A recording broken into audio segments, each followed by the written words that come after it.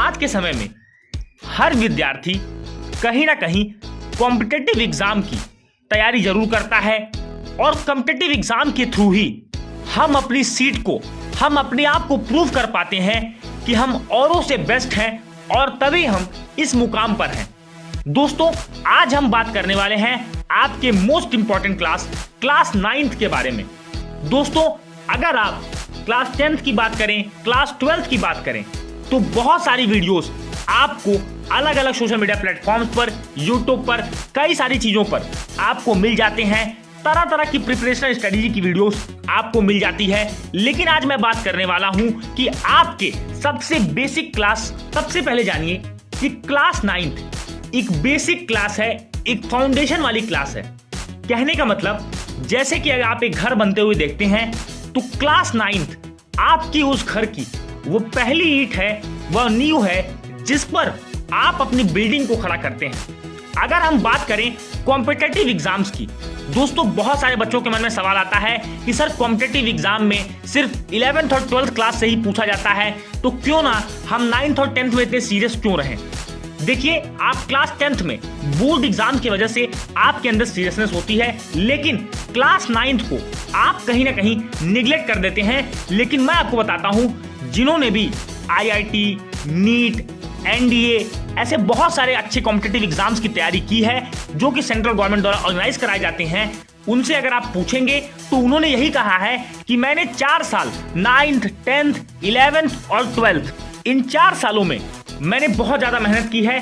अगर हम बात करें सिविल सर्विसेज एग्जामिनेशन की, तो बेसिकली सबसे ज्यादा आप लोग जो अटेंटिव होते हैं वो अपनी क्लास 9th में आकर को लेकर होते हैं, क्योंकि आपको पता होता है कि ये हमारी बेसिक और फाउंडेशन वाली क्लास है। यहाँ पर हमें history, geography, political science, economics ऐसे सब्जेक्ट देखने को मिलते हैं। सबसे बड़ी बात कि जब क्लास 8th या आप क्लास 9th में आते हैं तो दोस्तों कहीं ना कहीं आपका माइंडसेट चेंज करने में भी आपको टाइम लगता है। अब आपके पास पूरी अपॉर्चुनिटी होती है कि आप खुद पर काम करें, एक्सपेरिमेंट करें, और जिससे कि इस क्लास के मोटिव को आप समझ पाएं। देखिए, अगर मैं बात करूं, ये एकदम रियल फैक्ट है कि क्लास 9th और 11th क्लास 10th और क्लास 12th से ज्यादा टफ पड़ती है। कारण है कि आपको एक नए पैटर्न पे अपने सिलेबस को पढ़ना होता है। सब्जेक्ट्स आपके कहीं ना कहीं इंक्रीज होते हैं, उनका सिलेबस भी इंक्रीज होता है, जो आप क्लास 8th में 10 से 12 चैप्टर पढ़ करके आते हैं। 9th में आपके साथ ऐसा नहीं होता। 9th में जब आप आते हैं तो आप 15 से 16 चैप्टर, चाहे वो साइंस हो, मैथ्स हो, SST हो, ये सारी चीजें आप पढ़ते हैं। और 9th क्लास में अगर आपकी तैयारी अच्छी है तो आपको क्लास 11th में प्रॉब्लम नहीं होने वाली, और साथ ही साथ अगर आप 9th में अच्छी तैयारी करते हैं तो आपके लिए 10th में दोस्तों खासकर मैथमेटिक्स में, साइंस में आपको प्रॉब्लम नहीं होती, क्योंकि यहां पर जब आप आते हो तो 9th में आपको साइंस में फिजिक्स, केमिस्ट्री और बायोलॉजी आपके स्कूल के ही टीचर्स को अलग अलग कर दिया जाता है, जिससे कि आपका फाउंडेशन बनाया जाए। यानी कि आपके स्कूल को भी पता होता है कि क्लास 9th आपके लिए कितनी इंपॉर्टेंट क्लास है।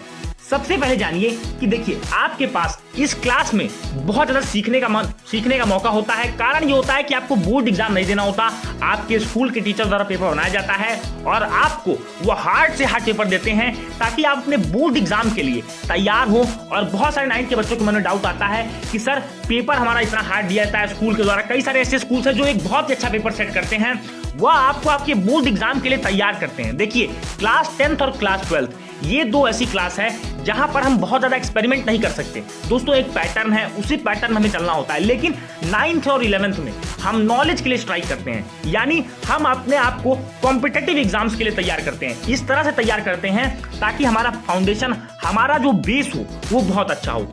अगर मैं 9th की बात करूं तो जनरली जो कि आपको मैं बताता हूं, जैसे मैथमेटिक्स की हम बात करते हैं तो मैथमेटिक्स में आप बहुत सारे चैप्टर पढ़ते हैं। आप एक बहुत बड़ा चैप्टर पढ़ते हैं जो कि एक बहुत बड़ा नंबर सिस्टम है। रियल नंबर्स के बारे में आप पढ़ते हैं, आप पॉलिनोमियल्स को जानते हैं कि पॉलिनोमियल्स क्या है, कितने टाइप के पॉलिनोमियल्स होते हैं, पॉलिनोमियल की डिग्रीज क्या होती हैं। इसके बाद आप ज्योमेट्री की बात करें तो यूक्लिड एक्सियम, आप थ्योरम पढ़ते हैं, पोस्टुलेट्स यूक्लिड के पढ़ते हैं।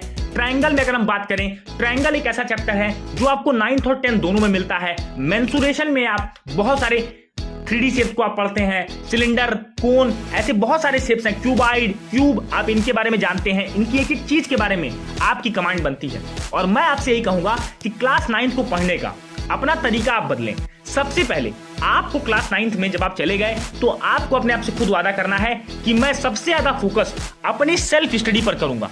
और दोस्तों 3 से 4 घंटे नॉर्मल स्टार्टिंग डेज में आपको सेल्फ स्टडी करनी है, क्योंकि अब आप ये जान लीजिए अब आपकी जो डिपेंडेंस है वो अपनी स्कूल टीचर पर, अपने जो कोचिंग के टीचर हैं उन पर आपको कम करनी है और खुद पर ज्यादा फोकस करना है। यहां पर आप बहुत सारे बच्चों की दिक्कत आती है कि बहुत सारे बच्चे अपने आंसर्स को, जैसे इंग्लिश है, सोशल साइंस है, साइंस है, वह सारी चीजों को समझ लेते हैं लेकिन अपने आंसर्स को अपने वर्ड्स में नहीं लिख पाते।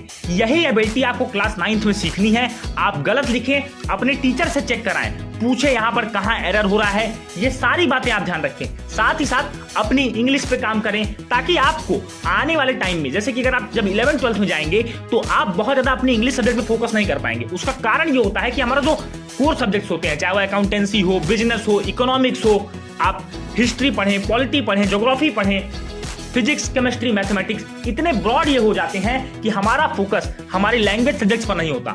तो इसलिए आप कोशिश ये करें कि अपने लैंग्वेज सब्जेक्ट्स की फाउंडेशन आप जरूर बनाएं। और मेरी आपसे रिक्वेस्ट है कि जब अपना टाइम टेबल आप सेट करें तो अपने कोर सब्जेक्ट जैसे मैथ्स, साइंस, एसएसटी, इन सब सब्जेक्ट के लिए तो टाइम निकालें ही निकालें। साथ ही साथ अपने लैंग्वेज वाले सब्जेक्ट्स के लिए जैसे इंग्लिश, हिंदी, इन सारे सब्जेक्ट्स के लिए भी आप अपने लिए जरूर 1 घंटे डेली दें। इस पर आप बहुत ज्यादा काम करें, क्योंकि दोस्तों अगर आप सिविल सर्विसेज की तरफ भी जाना चाहते हैं तो आप देखते हो कि आपको एस्से का, राइटिंग का पेपर, बहुत सारी चीजें आपको देनी होती हैं। साथ ही साथ आपको हिस्ट्री, पॉलिटी, ज्योग्राफी, इकोनॉमिक्स, ये वेरियस टाइप के सब्जेक्ट, आपको वैरायटी ऑफ सब्जेक्ट पढ़ने होते हैं। और कहीं ना कहीं दोस्तों इनकी जर्मिनेशन, जो इनकी शुरुआत होती है वह क्लास 9 से ही होती है।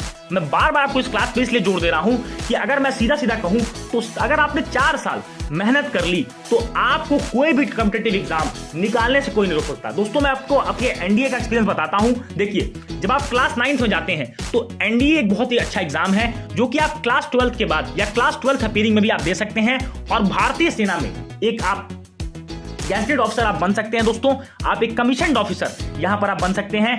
लेकिन देखिए, एनडीए की जो सिलेबस है आप जब देखोगे उसके ऑफिशियल वेबसाइट पर जाकर के upsc.gov.in पर आप देखोगे 9th और 10th के साइंस के टॉपिक्स एज इट इज आपको उसके सिलेबस में मिलेंगे।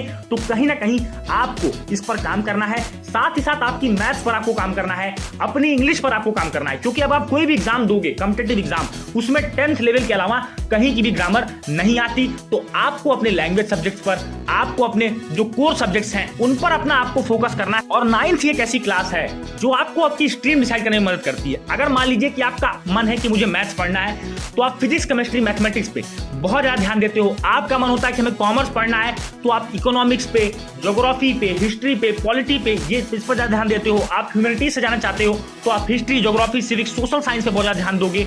अगर आप बायो से जाना चाहते हो तो फिजिक्स, केमिस्ट्री, बायोलॉजी पर आप ध्यान देते हो। यही एक ऐसा क्लास है जिसमें आप अपने सब्जेक्ट के इंटरेस्ट को जान सकते हैं। और बहुत सारे डाउट्स आपके क्लास 9th पास करने के बाद खत्म हो जाते हैं कि आपको किस ओर बढ़ना है, किस क्षेत्र में आप जाना चाहते हो, कौन सा ऐसा सपना है जिसको आप पूरा करना चाहते हो, जिसमें अपना एक करियर बनाना चाहते हो और जिसमें अपने आप को आप देखते हो कि आप टॉप पर रहोगे।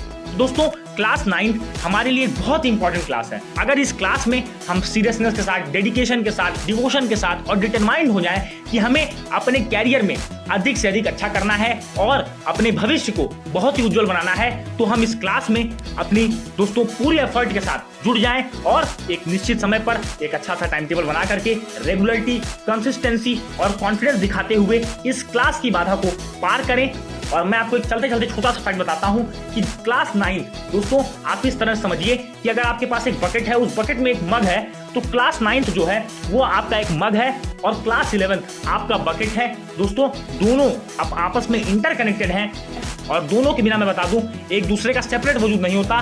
तो इसलिए आपको बहुत मेहनत करनी है। अगर आप अपनी क्लास 11th में आप संघर्ष नहीं करना चाहते, आप चाहते हो कि मेरी क्लास 11 बहुत ही फ्लुएंट तरीके से निकले, दोस्तों ये बातें जब आप सिलेबस पढ़ोगे तो आपको रियलाइज होंगी। उम्मीद है कि यह वीडियो आपको क्लास 9 की इंपॉर्टेंस समझाने के लिए बहुत ज्यादा हेल्पफुल रहा होगा। वीडियो अच्छा लगा तो अपने हर उस दोस्त में, अपने भाई बहन में शेयर कीजिए जो इस साल 8th पास करके 9th क्लास की तरफ बढ़ रहा है। तो मिलेंगे अपने अगले वीडियो में, तब तक के लिए चैनल पर पहली बार आए हैं तो चैनल को सब्सक्राइब करिए, नोटिफिकेशन बेल को टैप करिए। मिलेंगे अपने अगले वीडियो में, तब तक के लिए जय हिंद, वंदे मातरम।